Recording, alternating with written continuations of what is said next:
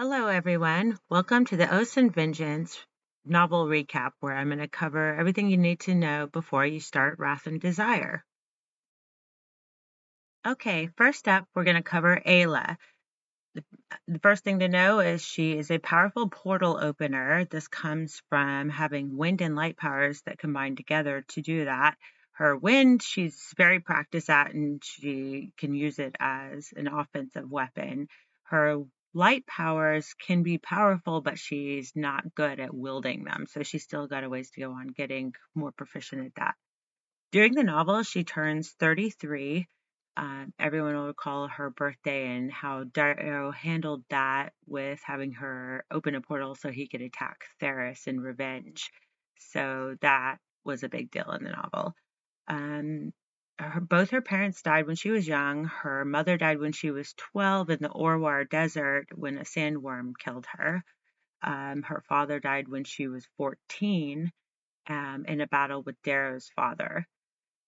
She loves growing plants, especially the dangerous ones, but she also grows some other varieties. I'll talk about that more later. She's lived with her tyrannical uncle since she was 14 after her father died. He's used her for opening portals, and he's just been brutal to her. He cursed her so that she can't escape him. She can leave for brief periods, but only as long as she has the intention to return. She can't leave with any intention to run away and escape. Ayla has an older sister, Priya, who lives in Alivar, so she just visits her usually once a month. She also had an older brother, but he died when she was 8 years old. Darrow's older brother killed him. She's had a casual relationship with Camden that you meet him in Oaths and Vengeance, but later Darrow cuts that off. They agreed on open marriage at first, but then he canceled all that later, as you probably recall. Ayla is half elf and half druid. The elf comes from her father, and the druid side comes from her mother. She has her best friend, Saraya, who they've known each other since they were little kids. Their fathers were stationed at Tridane together. Later, they were separated when Ayla had to go move to Ivory Castle with their uncle, but they visited each other whenever they could, and they're still really good friends. Also notable is that Ayla has many whip scars on her back because her uncle would punish her whenever she did any slight rebellions against him or went against his attack plans on innocent civilians. So she paid a price every time she tried to thwart him. That is why she's quietly rebellious, is because she does pay a price every time. And so she has to be very selective about when she chooses to make a stand. Okay, next up we have Darrow, also known as Dare. He's full elf, but he's half light from his father's side and half dark elf from his mother's side. Basically, light elf and dark elf, you'll get into that more in this book on the differences. Some of it was covered in the first book, but they'll go through all that again for Wrath and Desire. Because he's half and half, only the tip of his ears is black, whereas dark elves have fully onyx black ears. Light elves, their ears are whatever color their skin color is. He turns 46 in the novel. His birthday was also chaotic and didn't go well because Ayla tried to give him gifts and he wasn't very receptive and they had a fight. But she gave him a rare stone that is very useful and will probably come up again. He has a twin sister, Faina, who he's very close to, and they're able to talk telepathically to each other. He has strong telekinetic powers, meaning he can move things. He can kill people with it, like pick up half a dozen soldiers and break their necks at once. He does have to struggle more if they're a more powerful Fae, though. He's able to teleport, and that came into play some in Oaths and Vengeance. His father rules Verona. He has an older half-brother from his father and an older half-brother from his mother. Hagon is the one from his father, and Vas, or Vaslov, is from his mother. Vas is also unseelie. So you meet him a couple times in the book. Darrow has his own spy network. It's vast, but obviously not a lot was covered about it in Oath and Vengeance. More may come out in the next book. His family has a curse on the paternal line, so all the males in the line are cursed never to love, and that's tied to the Nephoria fountain. And when it was stolen 6 centuries ago, and his family was supposed to be guarding it when it happened, so that's why they're the ones that are cursed. Uh, Darrow is close to the Zadrya king. He's worked with him on a lot of secret stuff. More of that will come out. He's able to control Sebescas, which are messenger birds that everyone uses to deliver notes across the kingdom. You'll learn a little bit more about them in this book as well. Uh, Darrow's mother is the daughter of the Dark Elf King in Karganoth, so there's a lot that comes into play with that.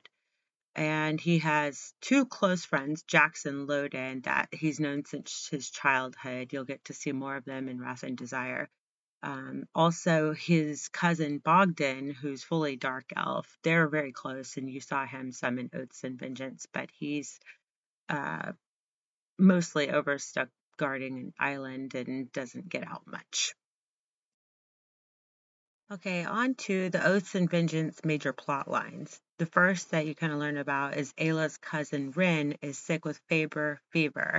And this is a fever that all the kids on Paxia, the planet, get. But if they don't start to improve after 3 days, then they're pretty much certain to die. And it takes them a week or two to fully succumb to the fever. So Ayla is on a very short timeline once she finds out that Rin's not getting better. And her healer, Briona, suggests that Ayla should go to Darrow because he's very close to a healer that is the only one capable of healing that illness. But when she goes to Darrow, he, of course, wants something in return, and she'd offered her portal powers, which he's happy to take, but then he says he also wants to marry her so he can be sure to have exclusive access to that. Obviously, she's still cursed with her uncle, but this keeps her from getting married to someone else. And you also see in Oath and Vengeance that Baron Elgord was planning to marry her, and he was a terrible guy and awful and the last person Ayla would want to marry. So she makes the call to go ahead and agree to Darrow's deal and marry him in secret. The king officiates it and takes care of everything and makes sure to block the marriage to Baron Elgord, though he doesn't say that it's because she's already married to Darrow, since that stays a secret for most of the book until the end. Um, so their world is dying because the Nephoria fountain has been missing, as I also mentioned just before. So throughout the book, they start to try to find out what happened to it, and they go to a library in Alavar, and they discover what planet it's on, Earth. And there's a lot of complications to being able to get to it there because the only intergalactic portal ring that can handle sending them that far across the galaxy is broken. So they've got an uphill battle to try to work that out. But at least the start of it is formed in Oath and Vengeance. Also, Ayla needs to break free of her curse because it's trapping her to her uncle. And as you know, at the end of Oath and Vengeance, Darrow kills him, and that breaks her curse. Now, for a brief recap on Ayla's Garden, because I know most readers found that to be one of the highlights of the book, and it definitely comes into play in the next book. We have the Cruncher Trap, which is the one where there were a pair of them at the archway entrance to the garden, and they're lavender petals with teeth, and they can like bite someone's head or arm off. And one of them, we lost it during the garden battle, but there's still one Ayla was able to save. We have the snapperberry bush, which grows a fruit that Ayla's uncle really loves in pie, so she grew it just to pacify him when she needed to make him happy. But it's an annoying plant because it tries to bite her fingers, so she has to wear special gloves to pick the berries. with the Verillo plant, which you only see in the garden battle, but that's where Ayla manages to land by it, and it tends her wounds and really helps heal her. And then you have the spittle stalk, which is the one that sprays poison out that can be kind of like tear gas sort of situation. Then you have the tract vine, which is basically like a snake-like plant that'll wrap itself around someone and releases toxins that kill them, and then it digests them. And the tulip worm, which is mostly harmless and very friendly and likes to lick people, but if you upset it, that saliva, or whatever you want to call it, that it has will change so that it makes the person itch. So those are some of the main ones that you see in the book. There's plenty of others, but I don't want to go into every single one. There's a plant dictionary at the end of Wrath and Desire that you can check out that details a lot more. Okay, now for some of the main creatures you saw in Oaths and Vengeance. The first one, you're probably, if you're like me, you're reading it as Sue Sis, but that's not actually how it's pronounced. It's actually Kushi, not to be mistaken for Coochie, as some dirty-minded people might think. So Kushi is the big black mangy dog that attacks Ayla, and she ends up cutting it in half with her light powers. And then it dies, and she notices that its eyes look like it's relieved when she kills it. So that is interesting. There's also some parts that had dragons. It's not a lot in this first book.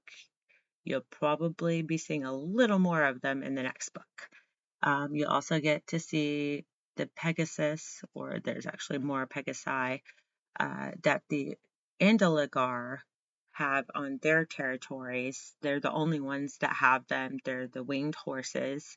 They can be used in battle. Um, and so you may see them a little bit more in this book. The sandworm, which Darrow and his friends all have to battle when they go to the Orwar Desert.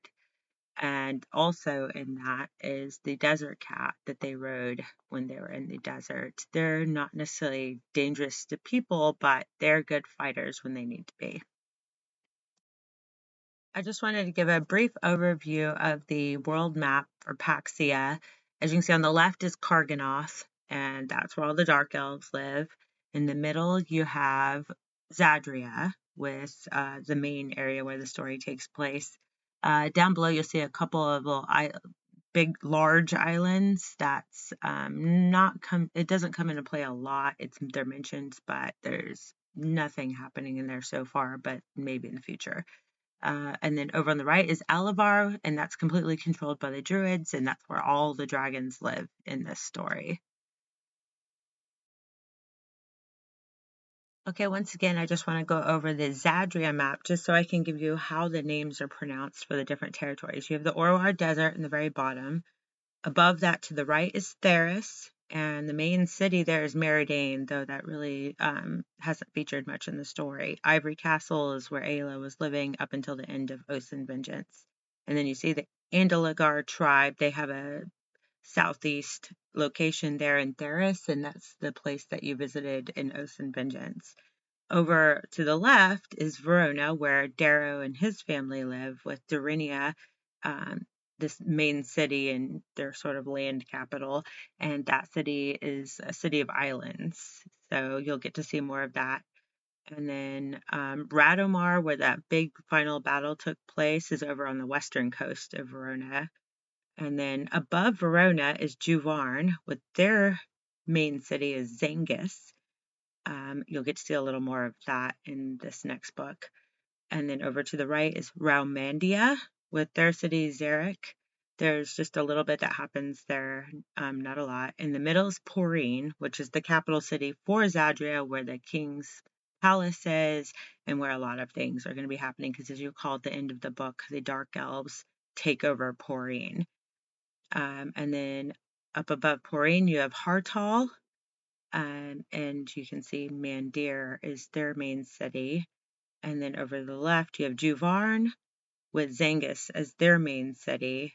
Throughout all of this, if you look through the map, you'll see there's a total of 4 Andalagar tribe locations. They kind of got broken up when they lost a lot of the land to the Fae almost 2,000 years ago during the battles that they fought.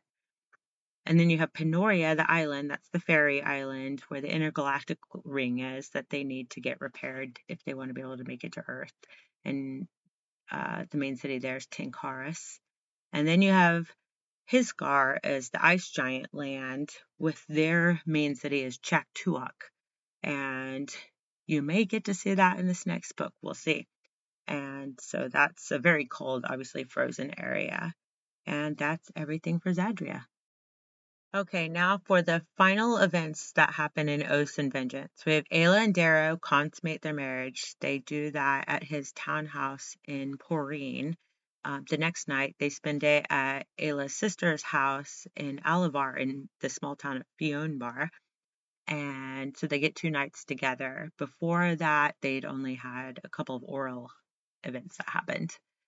Next, also, they discovered where the Neforia fountain is. I mentioned that already in this video, so I don't need to go over that again. Ayla's uncle forces her to open a portal to Radomar to attack it, and that's in Verona. So that kind of sets off all the final battle sequence when she has to open that. As you may recall, she tries to save as many innocent people as she can. So she's fighting her own people, but she just feels horribly guilty that she brought her own forces into her husband's land and they're just, pillaging and causing all kinds of terrible trouble. In the midst of that, she realizes that a dark elf navy is also coming in, and she knows it's going to be terrible if both their soldiers and the dark elves are attacking this town at the same time. So she's pretty angry at this point and kind of lets it all out on the Dark Elf Navy and blasts them with massive wind that sinks some ships and does terrible damage to the Navy so that most of them fail to ever even make it to the beach. But a few do, and one sneaks up while she's blasting that wind and tries to kill her. He manages to wound her, but Darrow crushes him with his powers and keeps him from doing any mortal damage to her. Continuing with the Battle of Radamar, eventually Ayla's uncle does have her go and open the portal so that they can withdraw because, they're starting to lose now that the Dark Elf Navy's been taken out and Darrow and, has come with a big response to fight them off. So she's keeping the portal open to let them all flee back to Theris, and Darrow shows up and attempts to kill Lord Morgan, but he has his shield guy, with a shield, and he opens just a small opening and is able to send these ice spears that do terrible damage to Darrow and the soldiers with him. And it takes him down and nearly kills him. And so the last thing Ayla sees is him going down with the spear in his chest that's starting to spread ice everywhere. She gets back to Ivory Castle with all of her soldiers and her uncle and cousin Ulmar. And once they've kind of given their orders, Lord Morgan accuses her of treason for helping the enemy. And so he's escorting her to the dungeon, but at this point she's done. She knows how bad it's going to be this time, that he's threatening like he may kill her, that bad things are going to happen. So she finally just rebels and she takes off running after blasting her wind power out to get everyone away from her, and seeks refuge in her garden. And that's when the plant battle begins, where she asks them to help her, and they all come out and they do serious damage. They take out Ulmer's eye before he can get away from the tract vine that does it. There's just, by the end, there's body parts everywhere, plant parts everywhere, and it's just a gruesome, tragic scene. And in the end, they still got Ayla and they punish her severely and lock her up in the dungeon for several days. She has to deal with major injuries and torture. It takes Darrow several days to recover from his injuries and plan a rescue for Ayla and have to convince his father and brother to back him in this, but he does manage to do it. So he goes in with his troops and they take over Ivory Castle. He goes ahead and kills Lord Morgan in a pretty brutal way which lifts the curse from Ayla. And then Brianna and Rin work hard through the night to heal Ayla of her numerous broken bones and all kinds of injuries she had. The nameless god had come and healed like the life-threatening injuries like her cracked skull and her swollen throat, but everything else is still damaged. So it takes them all night into the morning to really heal her. And even then, she's still really weak by the end of the book. Almar has permanently lost an eye, but otherwise he is fine. And because he surrenders and agrees to a treaty, he gets to become the next Lord of Theros.